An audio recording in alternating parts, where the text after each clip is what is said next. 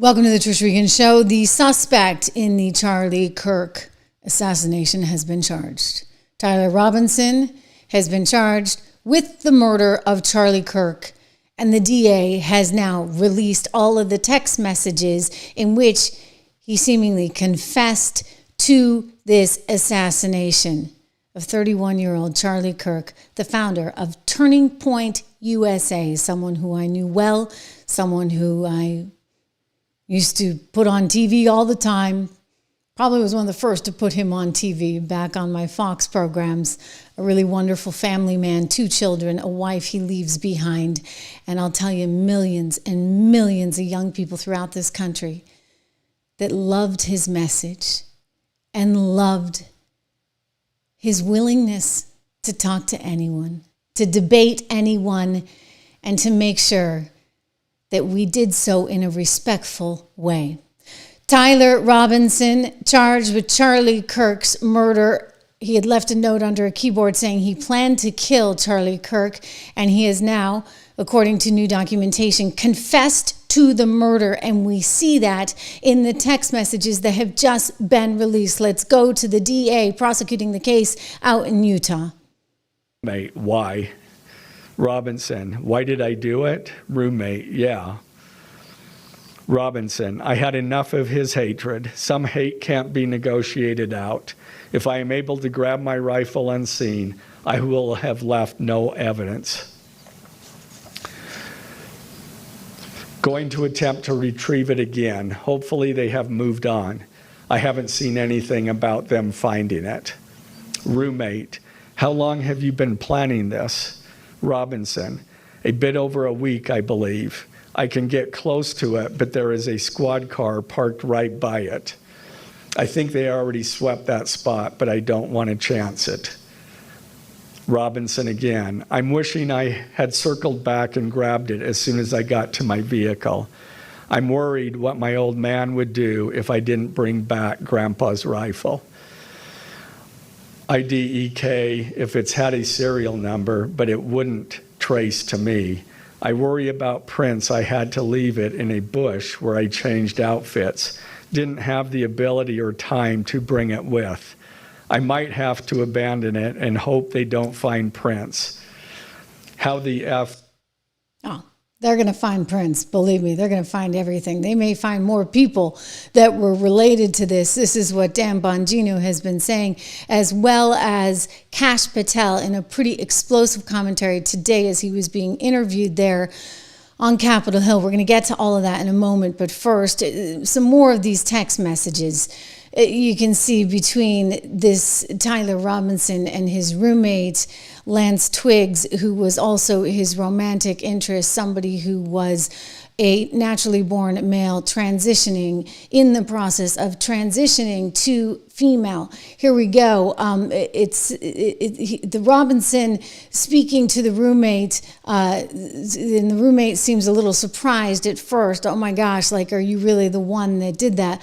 Wait a second, are you joking? He says, and it comes out, no, in fact, not joking at all. So police interviewed Robinson's roommate. This again is the biological male who was in the process of transitioning. On September 10th, 2025, the roommate received a text message from Robinson which said, quote, "Drop what you're doing, look under my keyboard." The roommate looked under the keyboard and found a note that stated, quote, "I had the opportunity to take out Charlie Kirk and I'm going to take it." Police found a photograph of this note, and then the following text exchange, as I said, took place, with Robinson saying, "I'm still okay, my love, but am stuck in Orem for a while longer yet. Shouldn't be long until I can come home, but I gotta grab my rifle still. To be honest, I had hoped to keep this secret until I died of old age. I am sorry to involve you." The roommate saying, "Wait a second, you weren't the one that did it, right?" And he said, I am sorry. "I thought they caught the person," said the roommate. And Robinson responds, no, they grabbed some crazy old dude, then interrogated someone in similar clothing. I had planned to grab my rifle from my drop point shortly after, but most of that side of town got locked down. It's quiet, almost enough to get out, but there's one vehicle lingering. Roommate, why?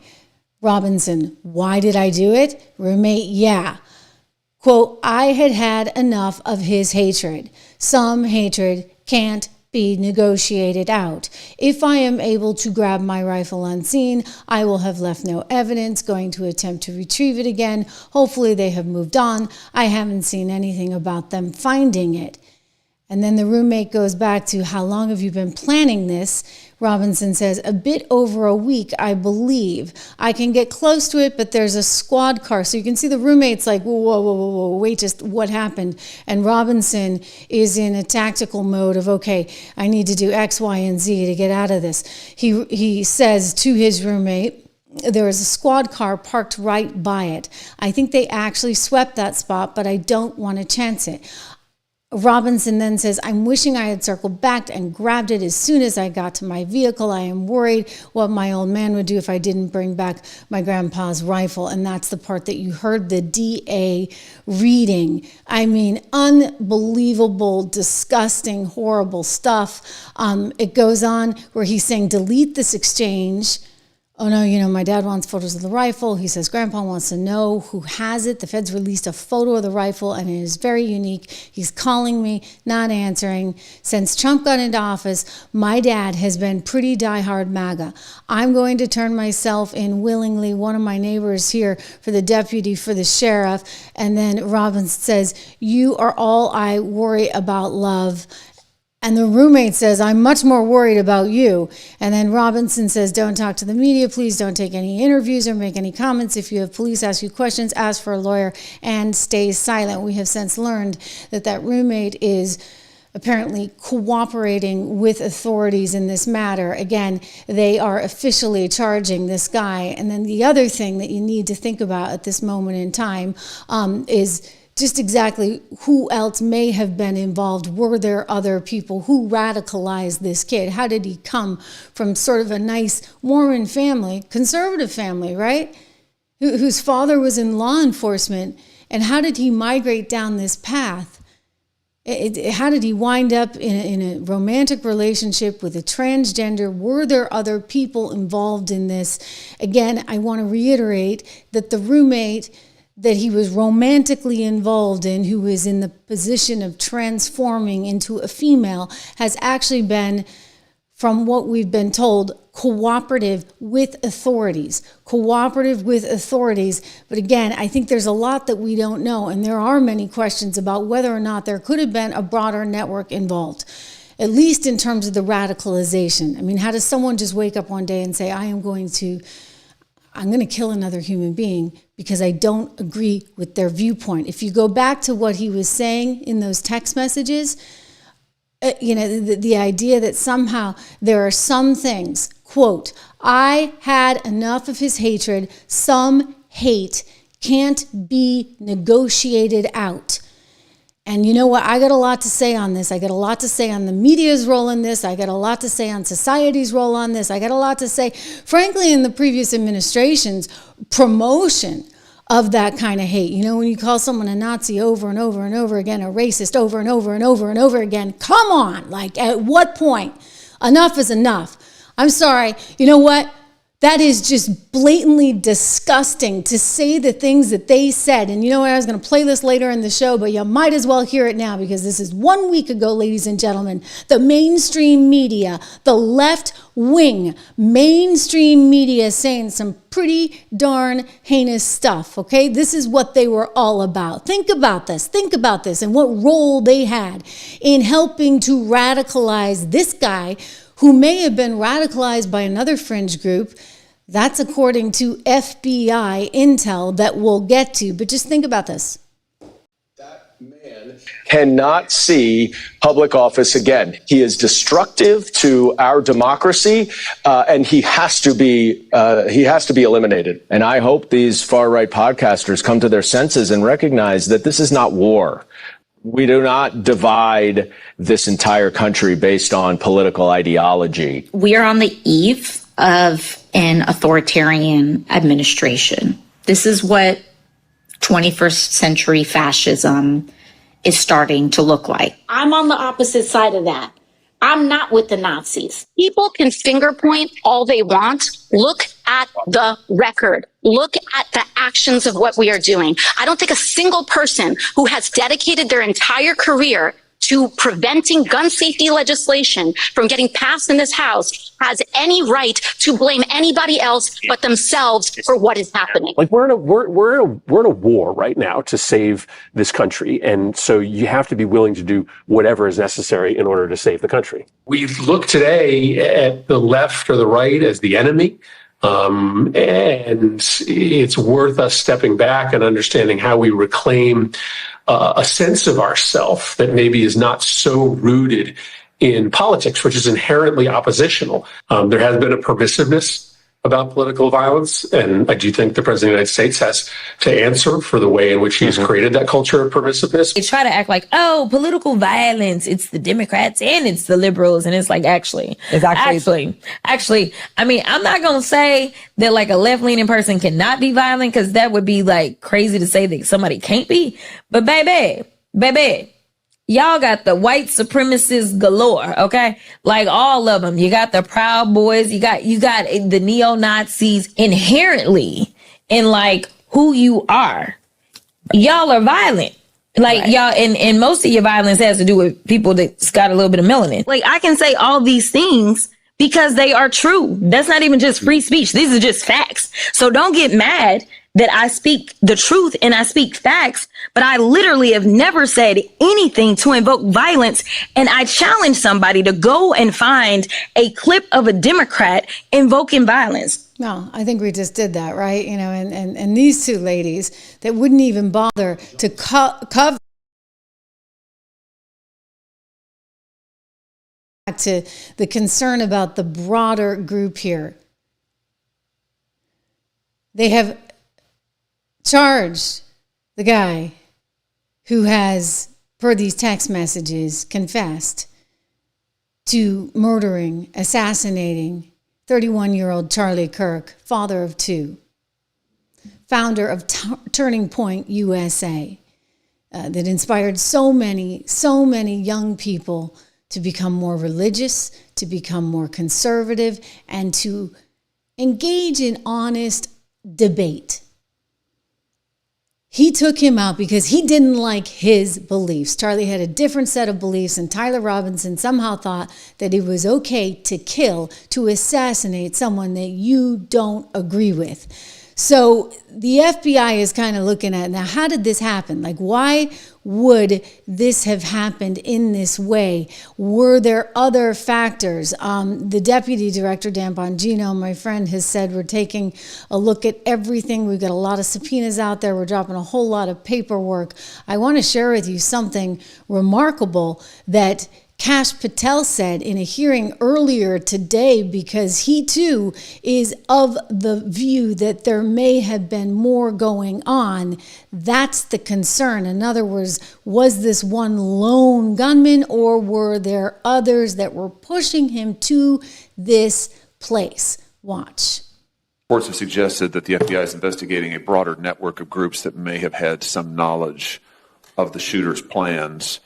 Can you give us any details on that, following up what you already said in public? How's the FBI working to find other potential accomplices, folks who may have known about the shooter's plans, folks who may have encouraged him? Any update on any of that? So in terms of what we do for an interrogation perspective, we go and reach out to the family and community immediately. And we've conducted those investigations and interrogations with local law enforcement, and we're continuing to do that because those closest to the suspect are going to hopefully know the most about the suspect and his beliefs and his ideology. On top of that, unfortunately, it has been leaked that there was a Discord chat, and for those unfamiliar with it, it's a gaming chat room online that the suspect participated in. So what we're doing, we've already done, is serve legal process, not just on Discord, so that the information we gathered is sustained and held in a evidentiary posture that we could use in prosecution should it be decided to do so. And we're also going to be investigating anyone and everyone involved in that Discord chat. Okay, very good. I see the public reports that the Discord thread had as many as 20 additional users. It sounds like you're trying to run down all of that to see if that's accurate, who else may have been on that thread, what they may have known. Is that fair to say? It's a lot more than that, and we're running them all down. It's a lot more than 20? Yes, sir. And you're running all of that to ground? Every single one. Yeah, fantastic. Let me just turn to the broader question here of anti-religious, anti-Christian violence. Let me just give you a few stats that I'm sure that you're all too familiar with. We're going to get to some of that because that's another issue that has crept up. And in fact, a YouGov poll out this week shows an increasing tolerance from some on the left, especially amongst the youth, for taking matters into their own hands in violent ways. But the new information that they're trying to track down is just how many people may have been involved in influencing this one Tyler Robinson. Because again, there was a Discord chat. Apparently Discord came out, said yesterday they didn't see any evidence of that, but now the FBI has said, oh, no.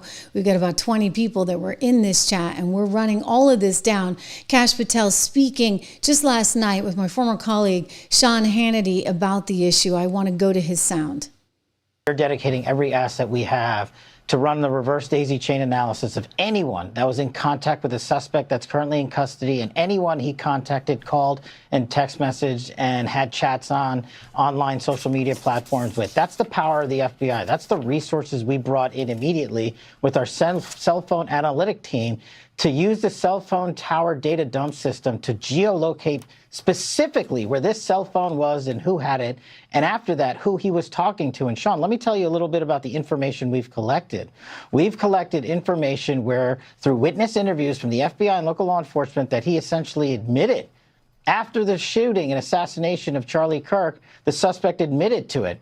Furthermore, the evidence and information will come out. I won't stylize the evidence. The Attorney General is absolutely right. We can't do that. But I will say what was found in terms of information, a text message exchange where the suspect specifically stated that he had the opportunity to take out Charlie Kirk and he was going to do that. And when he was asked why, he said some hatred cannot be negotiated with. Okay, so there you go. That was the text message that I then just brought to you. So that information now is being released. And again, Kash Patel just alluding to that last night. He also has suggested that, you know what, there was a radicalized group that has perhaps influence this individual. I'll tell you, John Solomon over at Just the News was looking into this, and John Solomon had reported that there may have been a group in Utah, and this is out there. I believe Post Millennial has also reported on this, a group of people that were radical Antifa associated individuals that also were part of the trans culture, and a lot of anger, a lot of hate there. John Solomon's reporting led to this question from Sean Hannity to Kash, and I'll let him answer it. Here we go. I made the operational decision to immediately release enhanced videos and photographs of the Forgive me. Let's go to a different soundbite here. Again, Sean Hannity asking about a radicalized group that has been reported on to have been up in the mountains in Utah. John Solomon, who I'm pretty sure you know, had a piece out there about a radicalized group close to the area, up in the mountains. They seem to be very radical with the same agenda. Does that concern you, what you're seeing? All of it concerns me, Sean, but I can't divulge every investigative step we're taking because I don't know. I don't want to disclose who we're going after and why we're going after them. Obviously, it's been leaked about this Discord chat, so we're going to discuss it a little bit. But what the FBI does is identify, catalog, and bring in experts. That's what we were doing. Round the clock, flying in people, evidence response teams, hostage rescue teams, special operators on our FBI planes, and transporting evidence back in real time from the crime scene in the West Coast to our labs in Quantico to address the situation of forensics immediately. And you highlighted the screwdriver that was found on top of the roof and the towel in which the firearm was found, the ravine that I walked myself along with the rooftop. I said, we cannot waste a second on this DNA analysis. And we were announced today on Fox that the DNA was a positive match for the suspect in question. So now he's being charged. And he may face a firing squad. That is coming to us now. They are seeking the death penalty in this case. It's really, the whole thing is just surreal, right? Surreal at this point. Again, as somebody who knew Charlie and knew all the goodness of Charlie and all the capability of Charlie, I'm still kind of in this position where you almost can't believe it's all true, and you can't believe that people could be so hateful in society. This is something that Donald Trump brought up. Donald Trump saying, you know what, he believed that this was an example of the danger on the left, that the radicalization coming from the left is very, very concerning at this moment because of the willingness to take on a violent act like this. I want to go to the president making this point to a reporter who asked whether or not there may have been others involved in radicalizing one Tyler Robinson. Your FBI is investigating the potential role of left-wing organizations in the assassination. I'm wondering if you think if Charlie Kirk's assassin worked alone or if he worked with it. I don't know. I mean, I can tell you he didn't work alone on the internet, because it seems that he became radicalized on the internet. That's just by watching same things that you're watching and hearing. It looks like he became radicalized over the internet. And it seems like his wonderful parents brought in a wonderful neighborhood, smart guy, great boards, great marks, great student. And then something happened to him over a fairly short period of time. It looks like he was radicalized over the internet, and it's radicalized on the left. He's a left. We have a lot of problems with the left, and they get protected, and they shouldn't be protected. But as you understand, I think very well from the tone of your question. Thank you very much. So he got a lot of heat for that. People say, oh, no, it's on both sides. It's on both sides. They point to the Minnesota example, which was horrific. However, there's also some slight differences in that woman was not a national target that had just been hammered constantly over and over and over again. You know, it certainly feels, when you listen to the media talking about those on the right, anybody who supports Trump, anybody who's MAGA, as being a Nazi or a racist or a fascist, it certainly feels, shall we say, like it's kind of coming from one side more than the other. And then you look at the results of a new YouGov poll, and it does say that, you know what, most Americans, most of them say it's unacceptable, right, to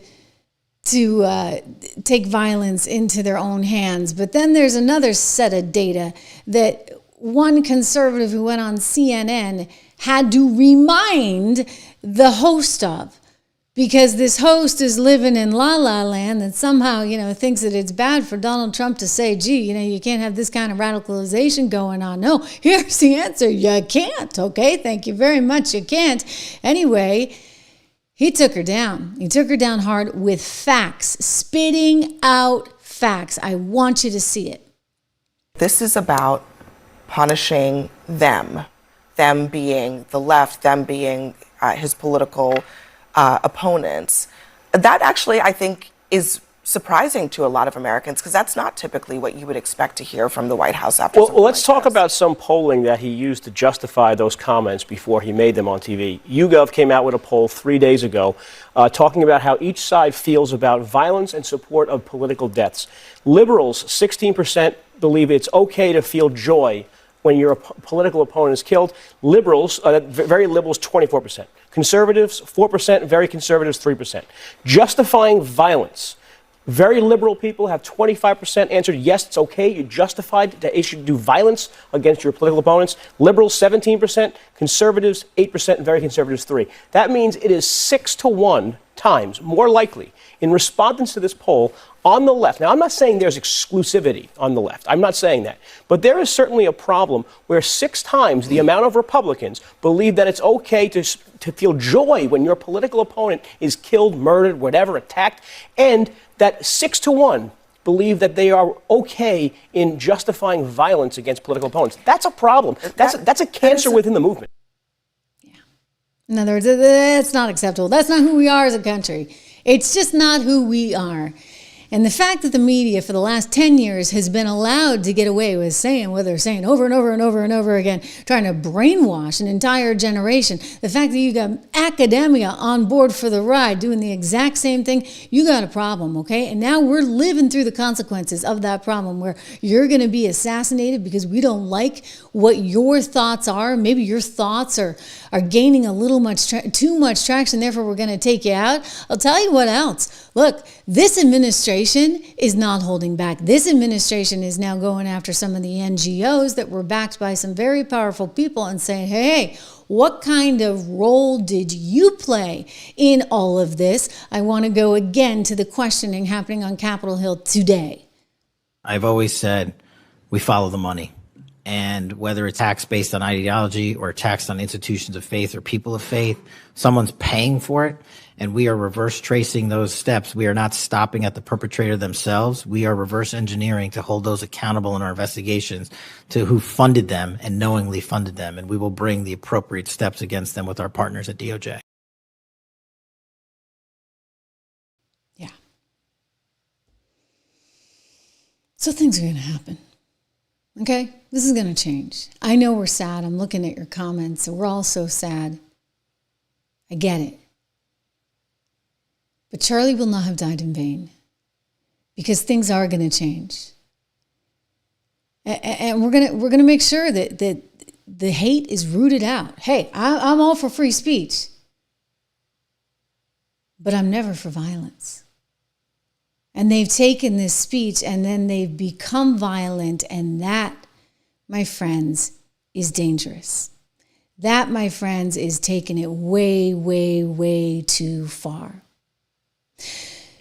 A senator, Senator Chuck Grassley, is now exposing some political targeting of the very group that Charlie had organized, Turning Point USA. Boy, are we ever at a turning point, aren't we, guys? I mean, they got 37,000 new chapters that are being started all over the country. Requests coming in for everyone everywhere wants to let his memory, his legacy live on. And his wife, Erica, is committed to doing that. So it's amazing to see. But here's something important. Chuck Grassley is talking about an operation called Arctic Frost. Arctic Frost that went all the way back to 2022. This fell under Joe Biden's FBI, and they were targeting conservative groups, targeting 92 conservative groups, including Charlie Kirk's TPUSA. They were trying to take them down because they felt they had too much influence. Let's watch. Central American gangs like MS-13. Now, well, it's well understood that your predecessor left you an FBI infected with politics. I'm going to provide examples of that today, including making public new whistleblower records. At your nomination hearing, I made public records that whistleblowers provide me about Arctic Frost.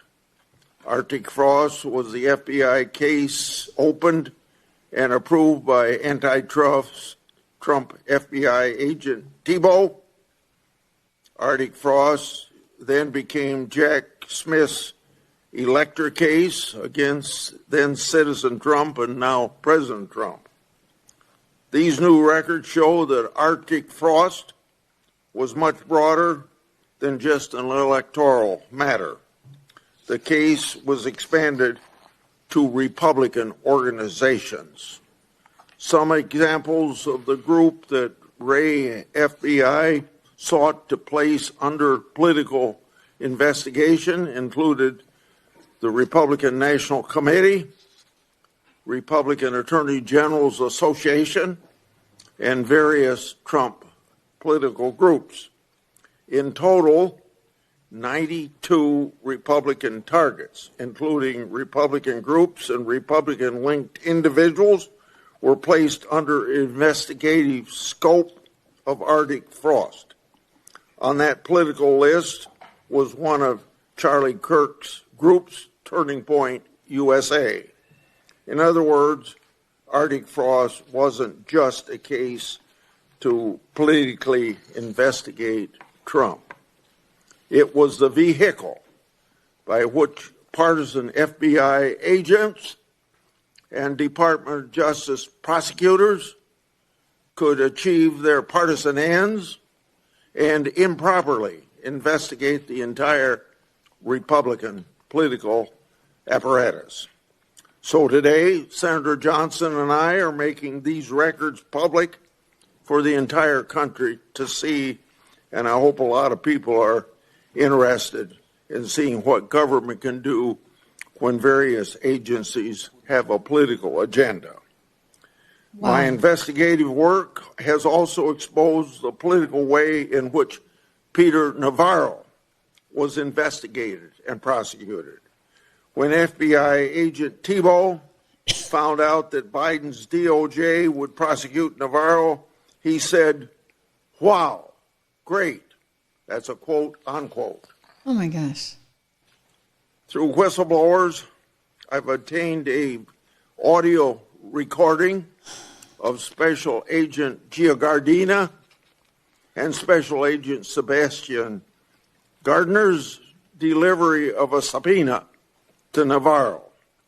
I'm making that audio public today. Okay. So in a court document filed. All of this stuff is just coming out right now. And what I will be doing after the show is going through a lot of this because I want to see it and I want to bring it to you. And we will have that in tomorrow's program. But in other words, all this coming out with Arctic Frost, Chuck Grassley alleging that Biden's FBI and other organizations, the DOJ, et cetera, were very politically motivated. Don't forget, this goes back to Obamagate, right? Obamagate, where they wanted to go Russia, Russia, Russia as soon as Donald Trump had been elected. They were determined to make things difficult for him.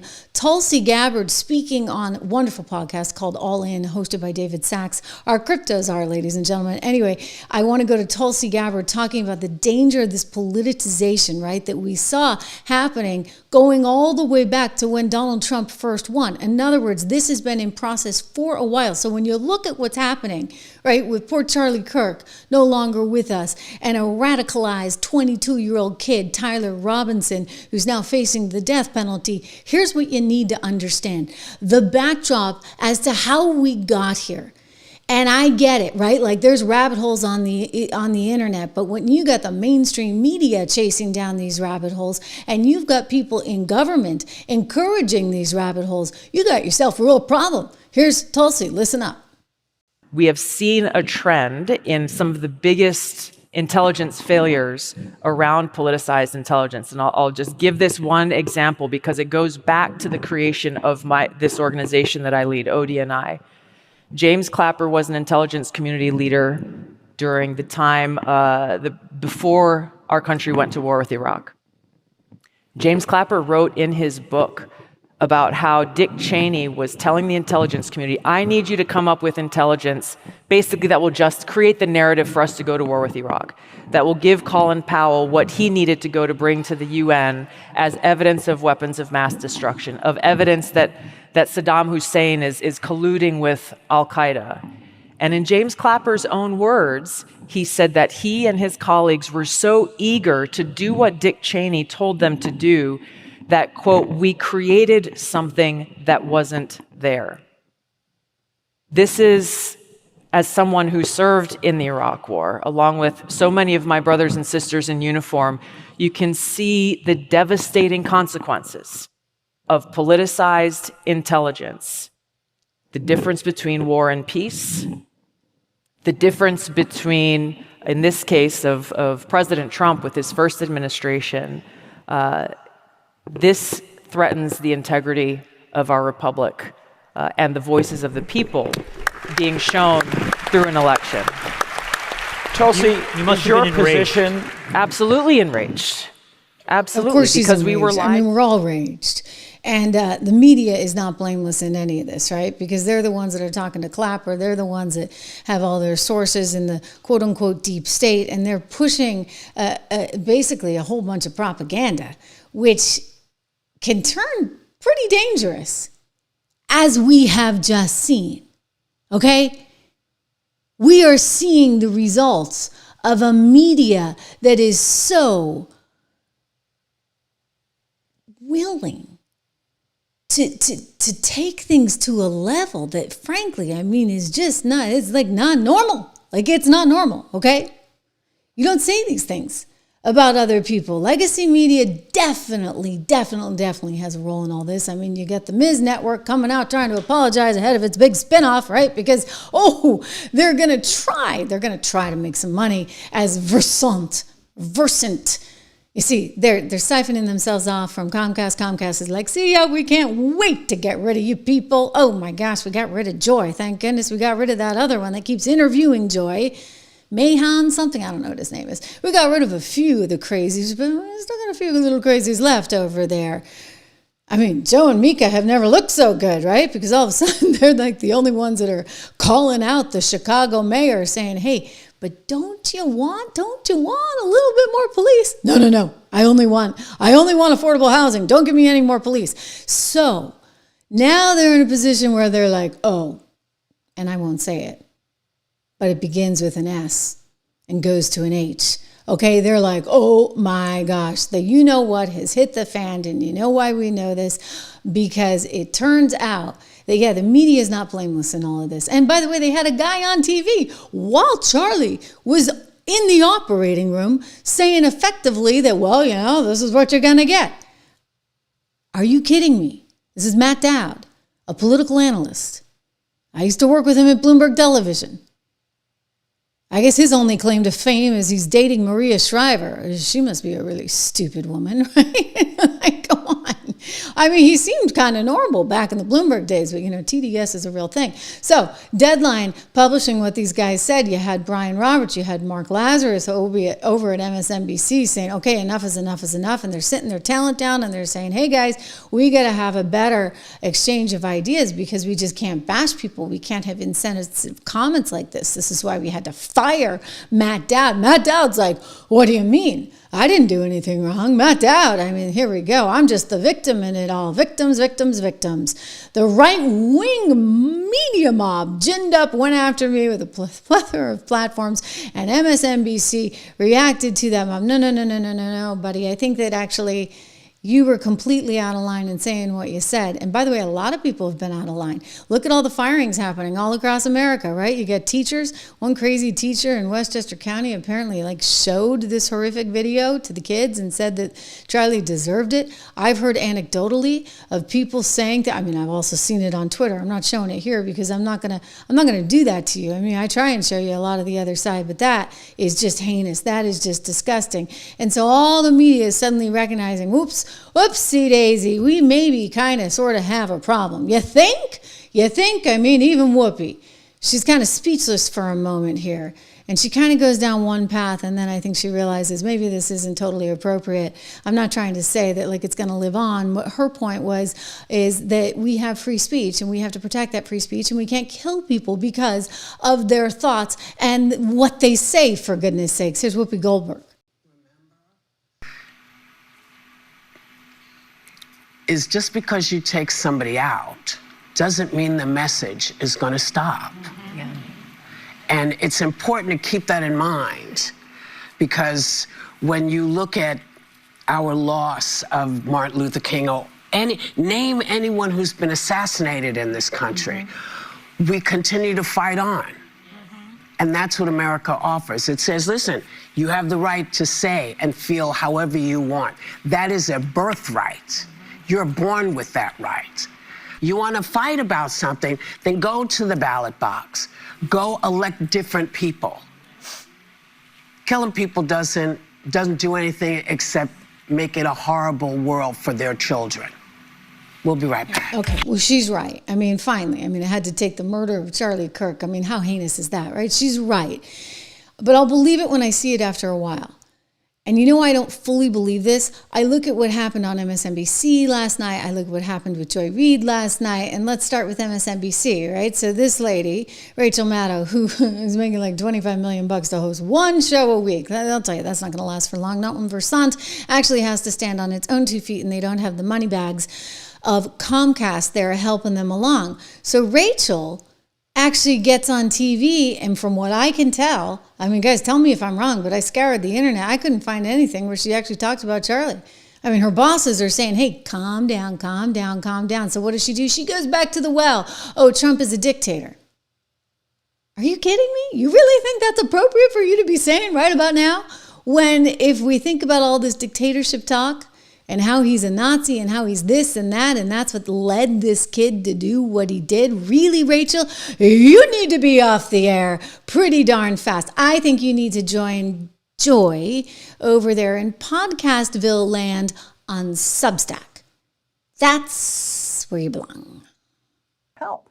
Trump is now allying us with the world's dictatorships, with his mentor Putin first among them. I mean, but like I said, there's no surprise about what he's doing, right? There's no open questions here. There's no black box. There's no mystery about his intentions or what type of leader he is. He's doing the same things they all do. Again, blame an enemy. Give yourself emergency powers. Consolidate power. Enrich yourself. Never give up power. And join the club with other strongmen if you can. They all do the exact same thing.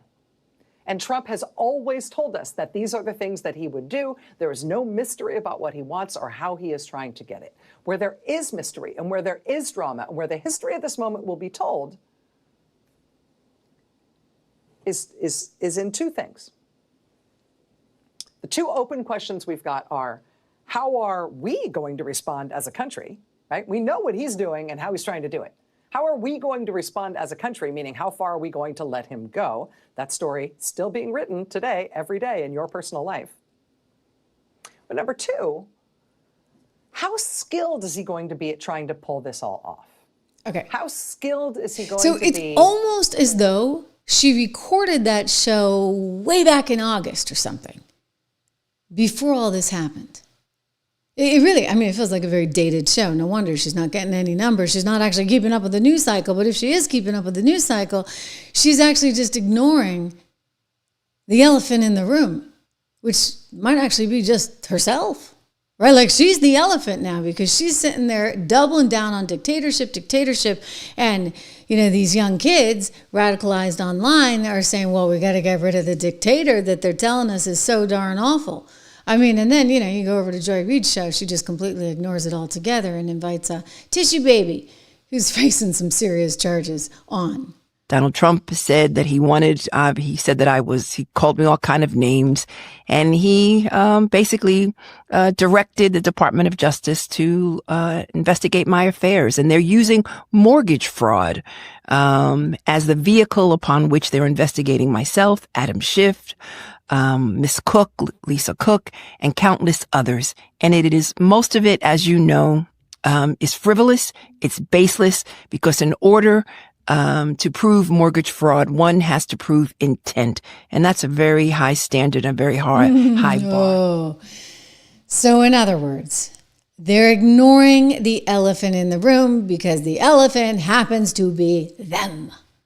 What do you think Joy Reid was doing the whole time she was spouting her? And I don't even want to go back to it. We've seen a lot of it. And, the other one is Letitia James. Of course, you've seen all those clips.